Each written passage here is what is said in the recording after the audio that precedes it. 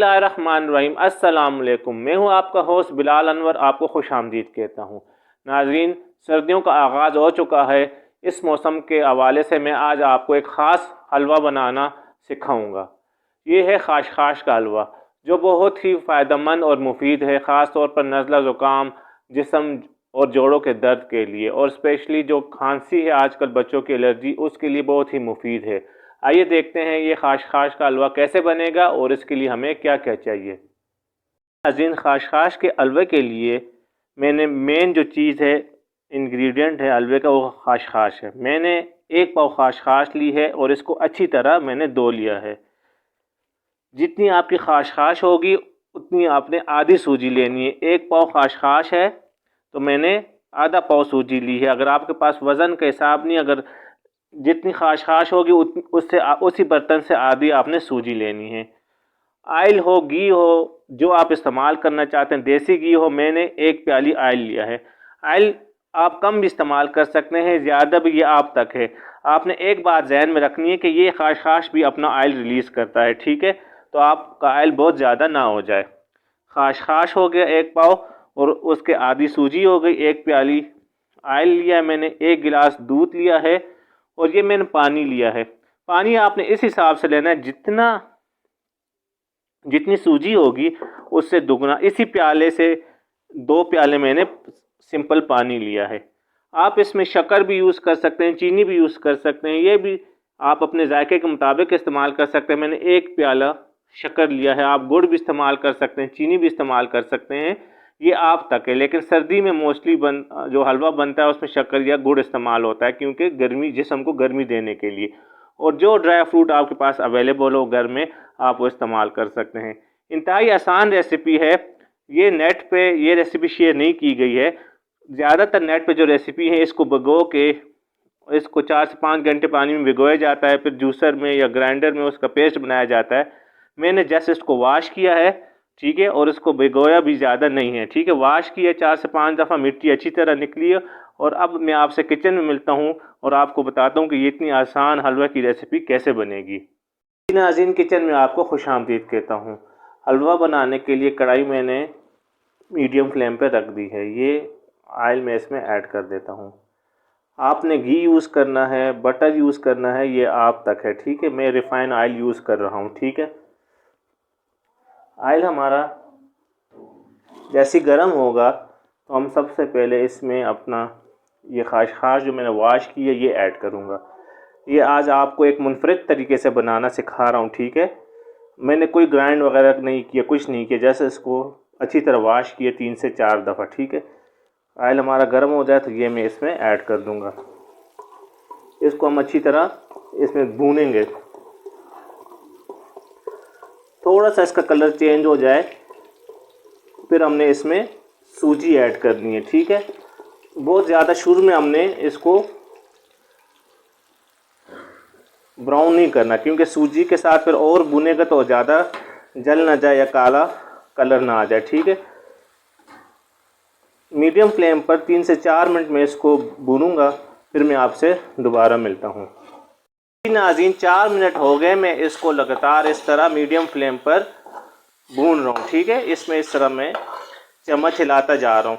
आपने 4 से 5 मिनट जब इसको इसी तरह मीडियम फ्लेम पर आप इसको पकाएंगे, लगातार इसमें चम्मच आपने हिलाते रहना है, ठीक है।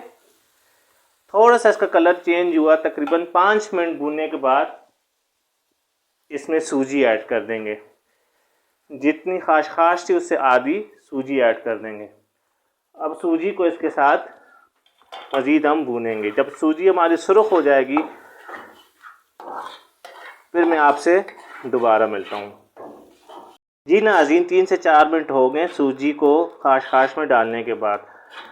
अब हमारी सूजी भुन चुकी है। इसकी पहचान ये है कि सूजी ने अपनी खुशबू छोड़ दी है। बहुत ही प्यारी सूजी की खुशबू आना शुरू हो गई है। जब आपको सूजी की खुशबू आना शुरू हो जाए, आप कोई भी हलवा बनाएं तो आप समझ लें कि सूजी आपकी अच्छी तरह भुन चुकी है। अब हमने फ्लेम बंद कर दें या बिल्कुल लो कर दें, क्योंकि अब हमने इसमें दूध, शक्कर और पानी ऐड करना है। मैं इसका फ्लेम बिल्कुल लो कर देता हूँ। अगर आप बंद करते हैं तो बंद कर दें। इसको इस तरह साइडों पर करके सेंटर में आपने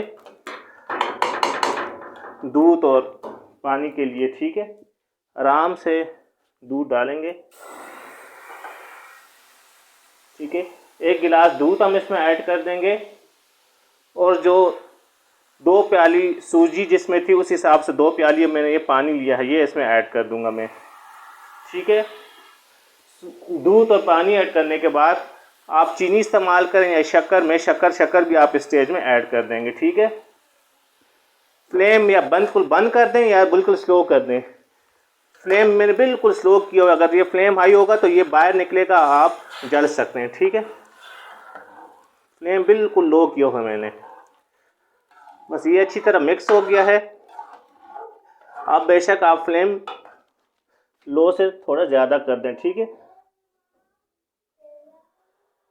अब मैंने इसको इतना भूनना है कि ये शक्कर भी हल हो जाए, पानी और दूध जो मैंने इसमें ऐड किया है ये भी सूजी और खाश में एब्जॉर्ब हो जाए और हलवा अपना ऑयल छोड़ दे, तो हमारा हलवा रेडी हो जाएगा। मैं अब इसको मज़ीद इतना भूनूंगा कि ये सब कुछ इसमें खुश्क हो जाए और ऑयल हलवा छोड़ दे। मैं आपसे बाद में मिलता हूँ जब हलवा ऑयल छोड़ दे। नाज़रीन, मीडियम फ्लेम पर 5 मिनट हो चुके हैं। इसको मैं लगातार इस तरह इसमें चम्मच मार रहा हूँ। आप देख रहे हैं पानी, दूध सब कुछ खुश्क हो चुका है और हलवा भी हमारा थोड़ा बहुत ऑयल छोड़ना शुरू कर दिया है। हमने इसको इतना भूनना है कि हलवा पर प्यारा लाइट कलर आ जाए, लाइट ब्राउन सा। जितना आपको कलर चाहिए उस हिसाब से आप इसको भूनेंगे, ठीक है। और हमारा हलवा ऑयल छोड़ दिया। अब आहिस्ता आहिस्ता हलवा ऑयल छोड़ना शुरू कर दिया। इसको आपने इस तरह लगातार मीडियम फ्लेम पर पकाना है। ये ऑयल छोड़ दे, फिर मैं आपसे दोबारा मिलता हूँ। नाज़रीन, हलवे ने ऑयल छोड़ना शुरू कर दिया। देखें, ये हमारा हलवा तकरीबन 90% रेडी हो गया, ठीक है। ये देखें ऑयल इसने रिलीज़ कर दिया। मैं आपको पता है कि मैं ऑयल कम ही इस्तेमाल करता हूँ, इसलिए बहुत ज़्यादा ऑयल मेरा हलवा रिलीज़ नहीं करते। देखें ऑयल रिलीज़ होना शुरू हो गया। अब इस स्टेज में आप इसमें ड्राई फ्रूट ऐड कर देंगे जो भी आपके घर में अवेलेबल हो। ये देखें ऑयल, देखें। आप इसको ड्राई फ्रूट के साथ अच्छी तरह 1 से 2 मिनट में दोबारा भून के फिर मैं आपको इसकी फ़ाइनल लुक दिखाता हूँ। नाज़रीन, ये हमारा खाश का हलवा बिल्कुल रेडी है। ये सर्दियों में बहुत ही मुफीद है, ठीक है। आपके जिस्म के दर्दों के लिए, नज़ला ज़ुकाम के लिए और स्पेशली बूढ़ों के लिए तो बहुत ही ज़्यादा मुफीद है। यकीनन आज की ये हलवा की रेसिपी आपको पसंद आई होगी। नाज़रीन, ये थी आज की हमारी रेसिपी खाश का हलवा। यकीनन आपको ये रेसिपी पसंद आई होगी और आप ज़रूर सर्दियों में इस रेसिपी को बना के अपने फैमिली वालों को ज़रूर खिलाएंगे। इस दुआ के साथ आपसे इजाज़त चाहता हूँ कि अल्लाह पाक आप सबके वालिदैन को लंबी ज़िंदगी और सेहत दे और जिनके वालिदैन फौत हो चुके अल्लाह उनको जन्नतुल फिरदौस में आला मकाम अता फरमाए। अल्लाह हाफ़िज़।